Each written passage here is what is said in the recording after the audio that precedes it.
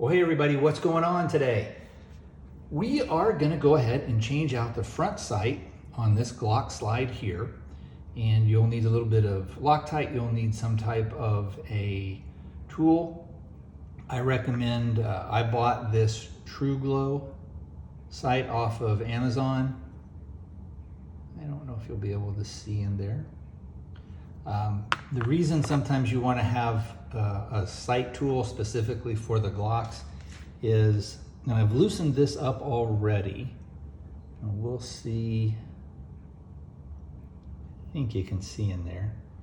So there's not a lot of space. Maybe I can move this light up here where we can see it a little better. There we go.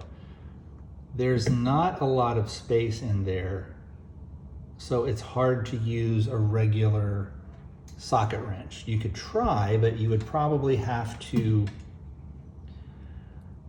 grind down the edge a little bit. And with this particular thing, again, we'll see if we can't get the light in here a little better. You can see that the walls on that are not very thick. It also has, you can tell right there, a lip. So it makes it to where on some, I've seen some guys where they've had something and the screw will go way down in there where you can't, it makes it very difficult to go ahead and get that front sight off. I think that did I mention, I think I said I paid, I don't know if I did. I think this was about $10 and I have Prime, so it was free shipping. A lot of gun stores will have something similar to this laying around. Sometimes the complaints can be with these tools is that you'll get them and then you'll still need to kind of file or grind down the edge to use it. In my case, I did not find that to be the case. You will need a little bit of Loctite, and this is the blue, even though it comes into a red container. And then the sights that I'm using are the AmeriGlow XL height, and it will fit all Glock models. Now, I think, even though it says it fits all of them, I don't know if it fits maybe like the 42 or the 43. So anyway, that's that. So it's relatively easy on the slide. And like I said, what we'll do, if I can get this here in the camera,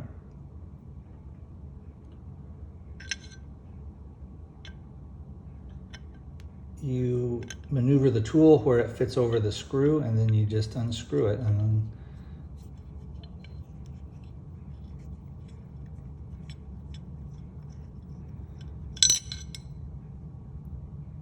so you can, let's see, can you see there?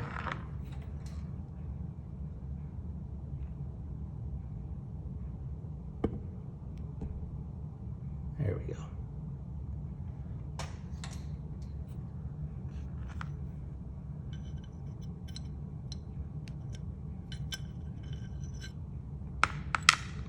Then that comes out, and then underneath here you can either just wiggle it a little bit, or you can just take like a pencil or something like that and push it out.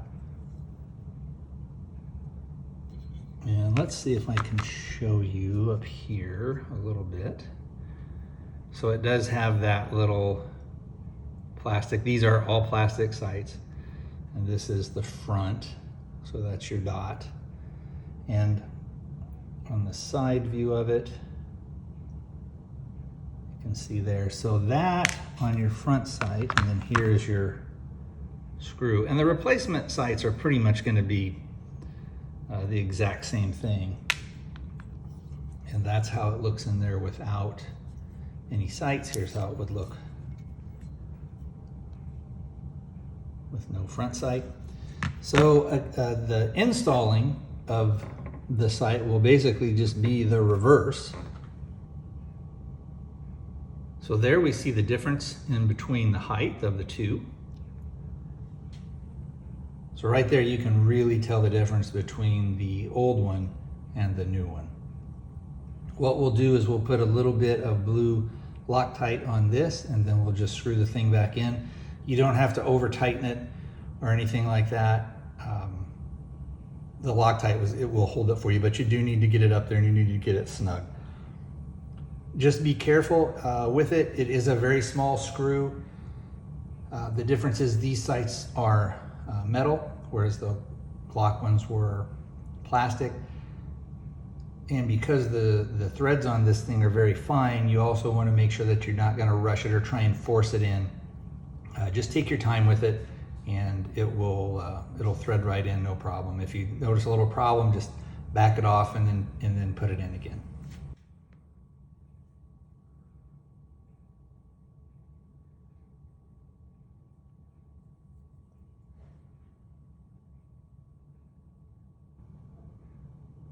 And yes, I know that was about 8 gallons of Loctite.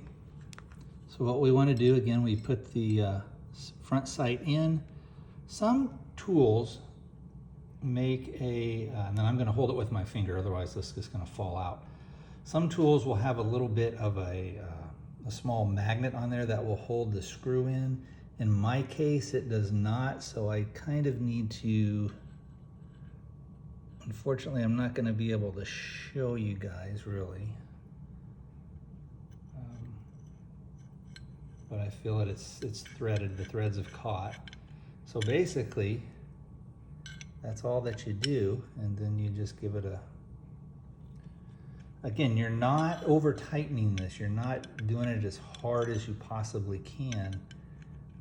The Loctite will hold it, but what you want to do is just make sure that it's in there, and then twist it till it stops, basically.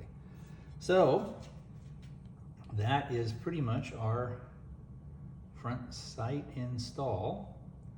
And again, what this does, as you noticed on the packaging, it said that it was optic compatible. And so what that will do is it helps you a lot of times with the red dot when you present the pistol. It's maybe either too far up or it's too far down, or it's, you know, this way or that way. And so you kind of have to, what they call, hunt for the dot.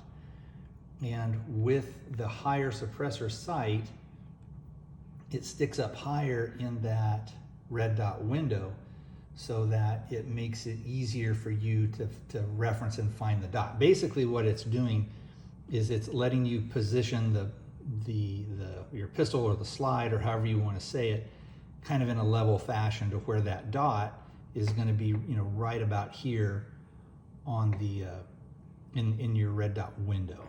So if you were looking down the slide here, your red dot is going to just kind of present itself like right there. All right, well, that's pretty much it for installing the sight. They're relatively easy. The thing that you really need, in my opinion, you need to have some type of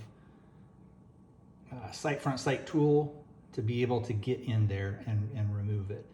Like I said, a little later I'll go ahead and drive this out with a punch and then put the new one in, and then I'll have to, before I get it milled for the red dot, I'll make sure that those sights are windage how they need to be, and take this down to the range and test it out.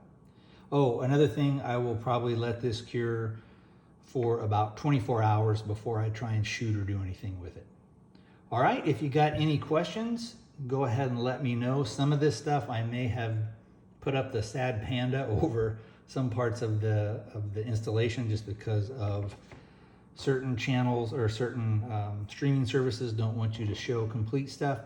So if you go over to my other channel on Rumble, you can see the non-sad panda version, and I'll put a link down into the description below, but I'll also have just over here somewhere the channel name, which is the Squeaky Wheel, and again, that's over at Rumble. All right, like I said, leave any questions in the comments, and I will talk to you guys next time.